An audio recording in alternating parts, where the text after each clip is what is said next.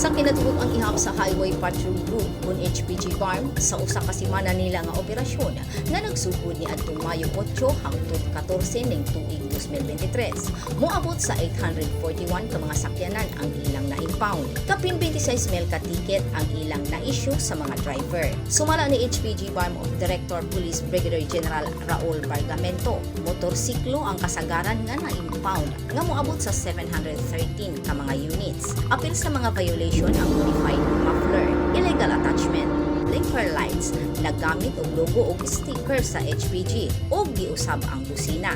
15 usab ka mga suspect ang nadakpan tungod kay nalambigit sa carnapping. 9 ka motor ug 3 ka mga sakyanan ang nasubay nga gikarnap. Gihimo ang operasyon sa HPG Farm sa probinsya sa Basilan, Sulu ug Tawi-Tawi. Una nang nagbahad ang mga pulis sa HPG nga himuon nilang regular ang operasyon aron madisiplina ang mga driver. Gikan dinhi sa Barb Region. Grace Alcunaba, Newsline, Philippines, stay safe,